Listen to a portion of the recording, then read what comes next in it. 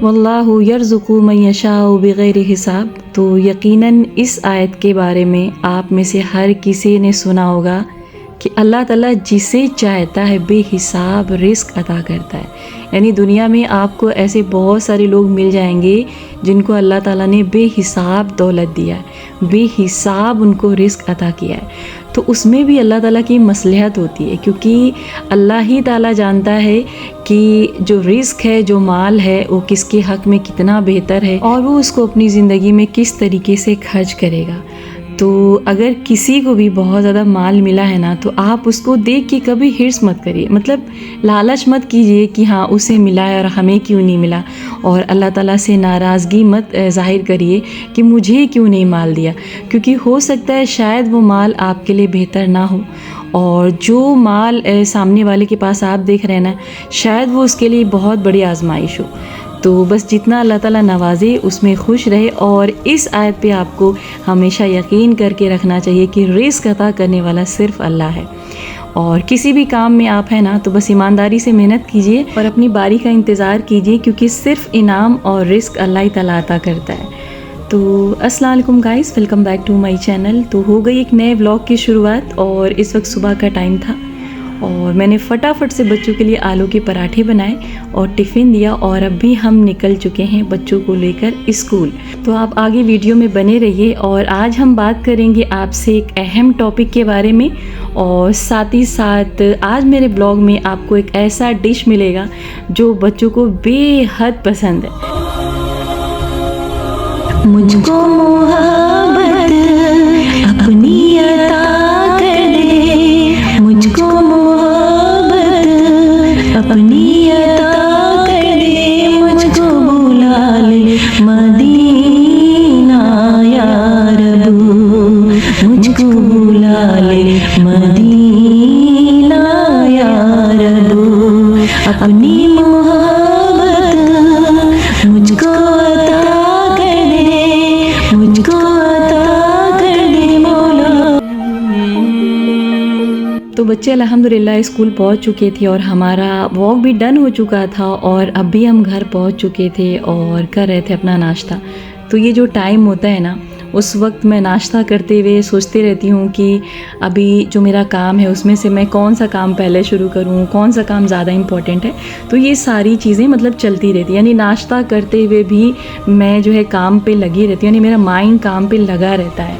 तो चलिए सबसे पहले डालते हैं ब्लैंकेट को मशीन के अंदर, और इस बीच जितने भी मेरे पास ब्लैंकेट थे सब मैंने वॉश कर लिया था, और यही वाला लास्ट बचा था। तो अभी हमने स्टार्टिंग में आपसे बोला कि हम बात करेंगे एक ऐसी टॉपिक के बारे में जो बहुत ही ज़्यादा इम्पॉर्टेंट है, और मुझे यकीन है कि हर बंदे की ज़िंदगी में कभी ना कभी ऐसे हालात ज़रूर पेश आए होंगे जब वो बहुत मजबूर और बहुत लाचार हो जाता है। मतलब कभी ना कभी आपकी ज़िंदगी में कोई ना कोई ऐसा ज़रूर आता है जो आपको कोई ऐसी बात कह जाता है ना, जो हकीकत में आपके अंदर होती ही नहीं है।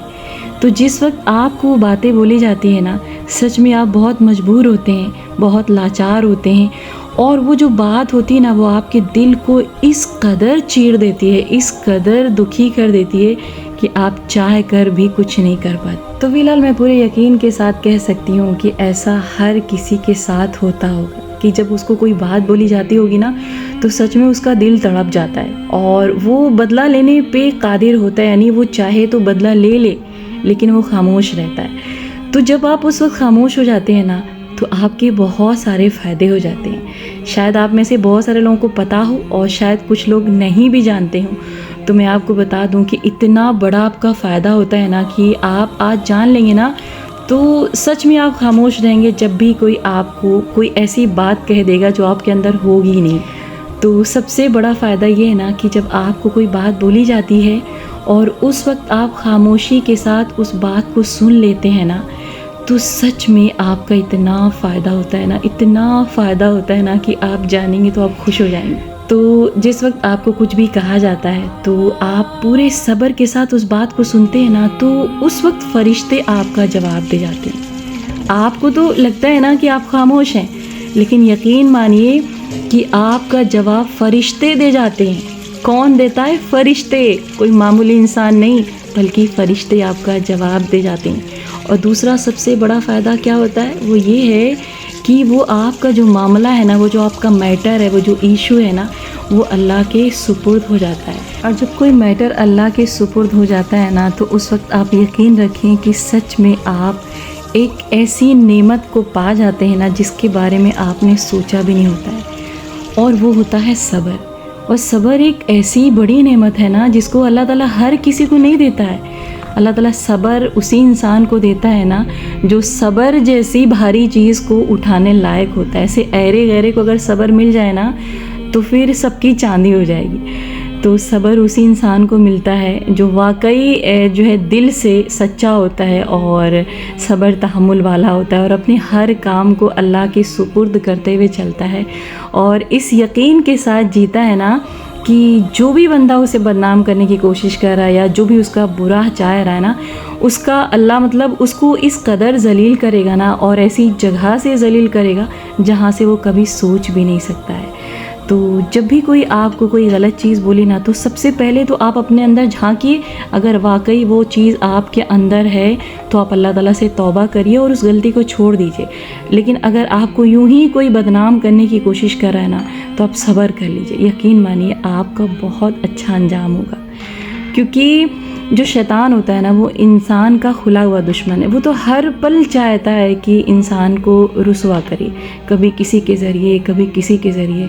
लेकिन अगर आप किसी ऐसे हादसे में पड़ जाते हैं और वाकई आप बदला लेने पे कादिर होते हैं, आप चाहें तो अपनी बातों को एक्सप्लेन करके लोगों को बता सकते हैं, आप उस चीज़ को लोगों के सामने खुले तौर पे ज़ाहिर कर सकते हैं, रख सकते हैं। लेकिन इन सब के बावजूद अगर आप सब्र से काम लेते हैं ना, तो यकीन मानिए आपकी दुनिया तो बेहतर बनती है, आपकी आखिरत भी बेहतरीन बन जाती है। तो यकीनन ये जो मैंने आपको सलूशन बताया है, वो आपके अंदर होगी, और अगर आपके अंदर नहीं है तो इस आदत को अपनी ज़िंदगी में ज़रूर अपनाइए। इंशाअल्लाह आपकी दुनिया और आखिरत दोनों कामयाब होगी। तो अगर मैं अपनी बात करूं, तो जब कभी भी किसी ने मेरे दिल को दुखाया, तो सबसे पहले मैंने उस चीज़ के बारे में सोचा कि वाकई क्या वो चीज़ मेरे अंदर है, जो चीज़ मेरे बारे में बोली जा रही है। अगर है तो मैं कोशिश करती हूँ कि मैं उसको तुरंत निकाल दूँ, और उसके लिए मैं अल्लाह ताला से दुआ भी करती हूँ। लेकिन अगर वो चीज़ मेरे अंदर नहीं होती है ना, तो उस वक्त मैं बड़े सब्र से, बड़े तहम्मुल से और बड़े सुकून के साथ बैठ के अपना सारा मामला अल्लाह के सुपुर्द कर देती हूँ, कि वही है जो बेड़ा पार लगाएगा, और वही है जो मुश्किल से निकालेगा। तो चले जी, बहुत हो गई बातें, और अभी यहाँ पर हम बना रहे थे बच्चों का फेवरेट मोमोज़। तो इसके पहले भी मैंने बनाया था, लेकिन उस वक्त मैंने कोई भी रेसिपी नहीं शेयर की थी, क्योंकि शायद उस वक्त मुझे फ़ीवर था और काफ़ी टाइम हो गया, वो वीडियो तो डिलीट भी हो गई है। तो ये है इडली मेकर, और इसी में हम बनाएंगे मोमोज़। तो इसको मैं लेकर आई थी स्पेंसर से, और आई थिंक मैंने शेयर भी किया था जब मैं इसको ख़रीद के लाई थी। लेकिन अगेन वही बात कि मैंने वीडियोस बहुत सारी डिलीट की, तो शायद वो भी डिलीट हो गई। तो इसके नीचे जो पेंदा लगा हुआ है ना, आई थिंक उसको पेंदा ही बोलते हैं।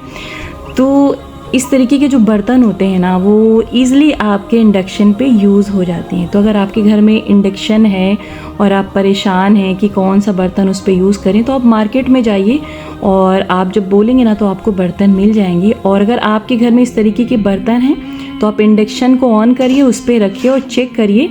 अगर वो सिग्नल नहीं देता है ना, तो इसका मतलब है कि आपका वो बर्तन उस पर यूज़ हो जाएगा। और अगर वो बर्तन उसके लिए परफेक्ट नहीं होता है, तो जैसे आप उसको रखेंगे ना, तो वो थोड़ा सा पिप पिप करके सिग्नल देता है, तो उसका ये मतलब होता है कि आपका वो बर्तन इंडक्शन के लिए नहीं है। तो इस बीच मैं काफ़ी ज़्यादा इंडक्शन ही यूज़ कर रही थी, क्योंकि मैं जितने भी बर्तन न्यू लेकर आई थी, मैं कोशिश कर रही थी कि मैं उसको गैस पे कम से कम यूज़ करूं, क्योंकि ब्लैक ब्लैक सा निशान पड़ जाता है।